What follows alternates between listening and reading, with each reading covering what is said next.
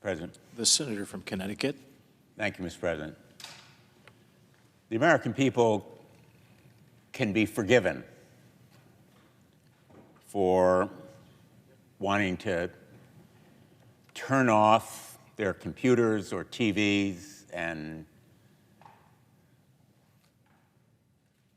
feeling a sense of abhorrence and repulsion at what they are seeing again and again and again as the video of Renee Good's killing is replayed for them. What it shows is a horrific tragedy. A mother, 37 years old, an American citizen, subject to alleged murder. I use the word alleged because I have spent most of my career in law enforcement. And the word alleged before a conviction is always mandatory, but what's on that tape is there for everyone to see.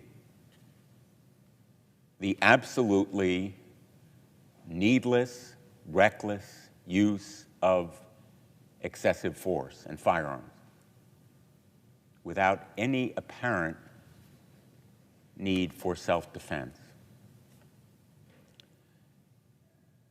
We are seeing a surge of violence in this country that is not only from private individuals, but now from supposed law enforcement, ICE, which has a responsibility to uphold the law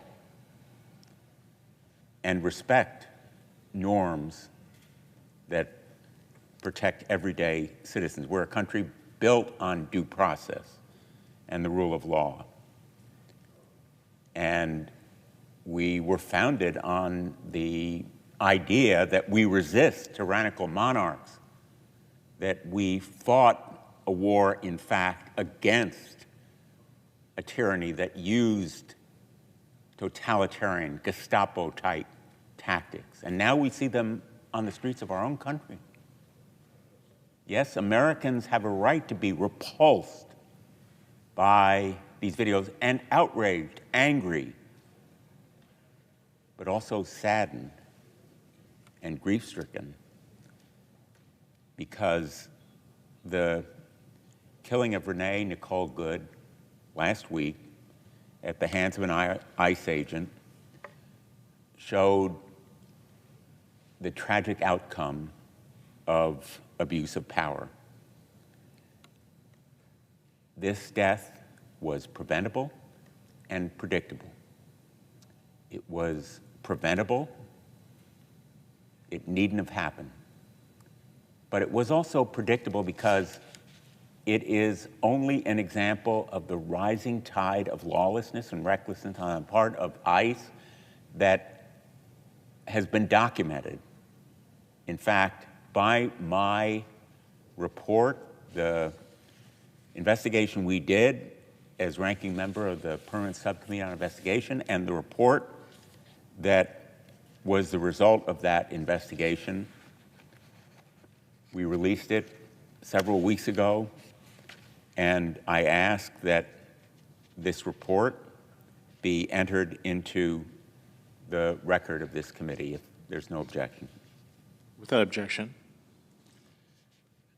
I released this report, which documents firsthand accounts of 22 United States citizens in 10 different states who were physically assaulted, pepper sprayed, denied medical treatment, detained, sometimes for days, by federal immigration agents. And we did a hearing with a number of those American citizens who were injured, denied medical care, prevented from contacting their families or lawyers, some of them for days on end while detained under very harsh conditions.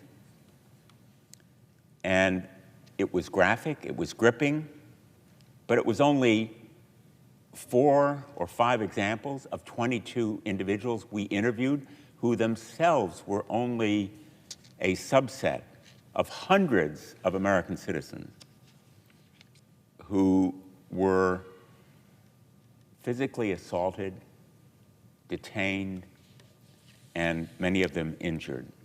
This pattern and practice is not coincidental. It is the result of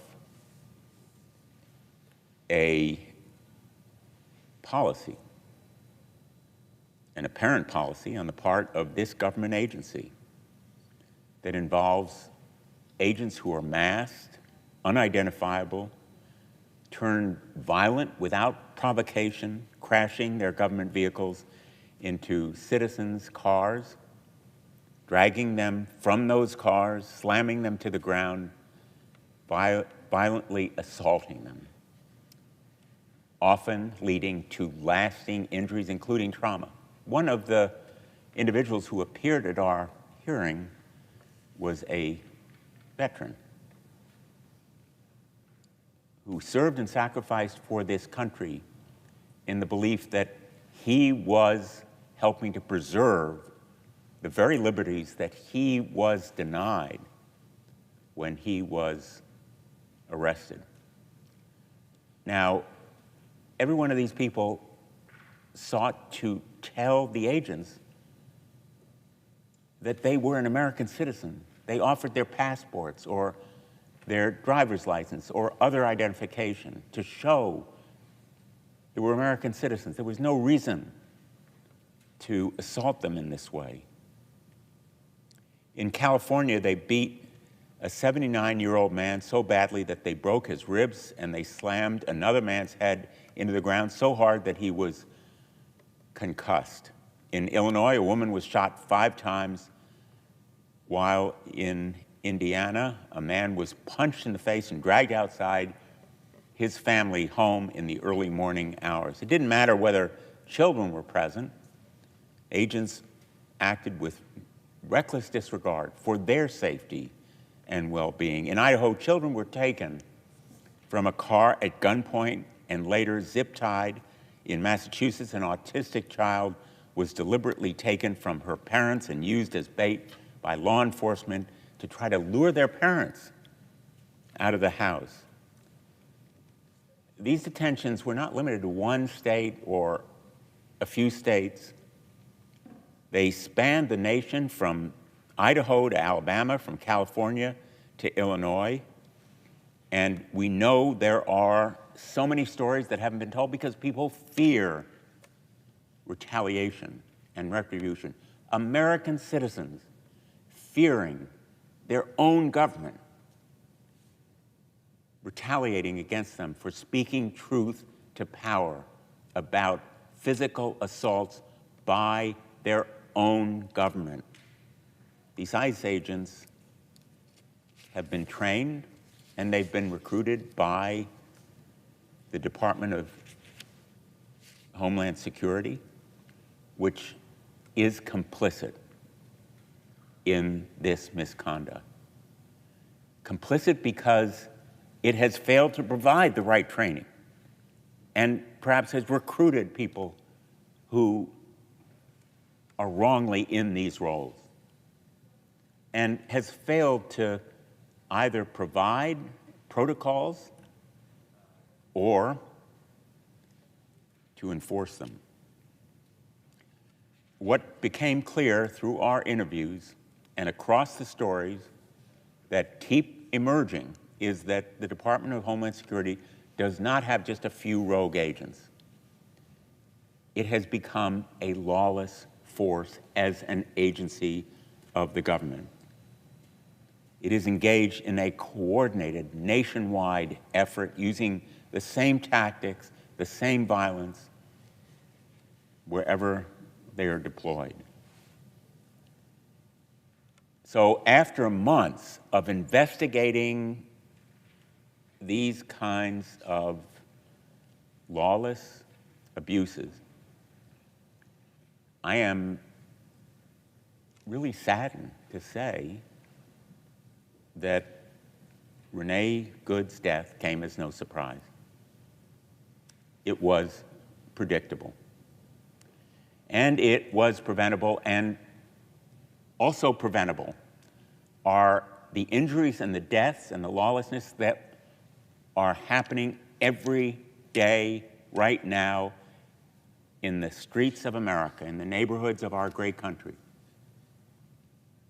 They are a betrayal of the rule of law that is the foundation of our nation. It should shock America's conscience, and I believe it has, as it has shocked mine. These kinds of brazen, abusive, lawless tactics do not represent our nation. Americans will have a hard time, and they should, recognizing our great nation in what they are seeing hour after hour, day after day, right now in real time, in those abuses. And so frequently used, Gestapo-type tactics, I initially thought, I don't want to go there.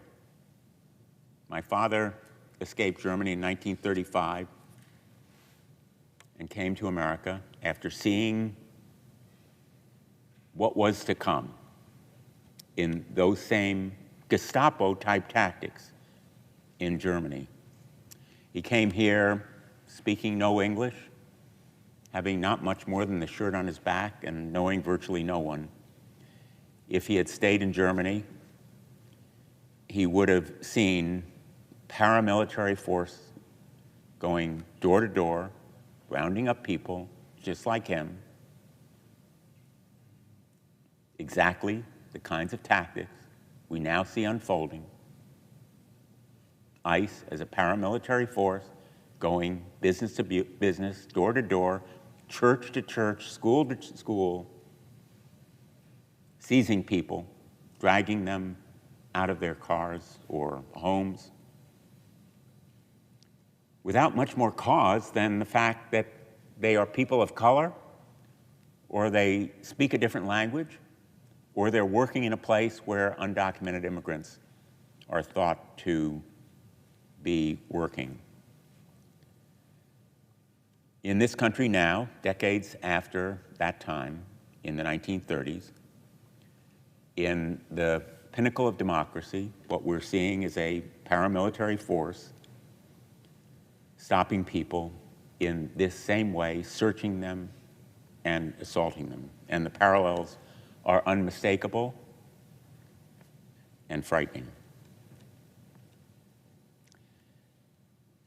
We cannot, in this body or anywhere in our great country, stand idly while our fellow citizens are rounded up and subject to this treatment. We should not be standing idly as any human being,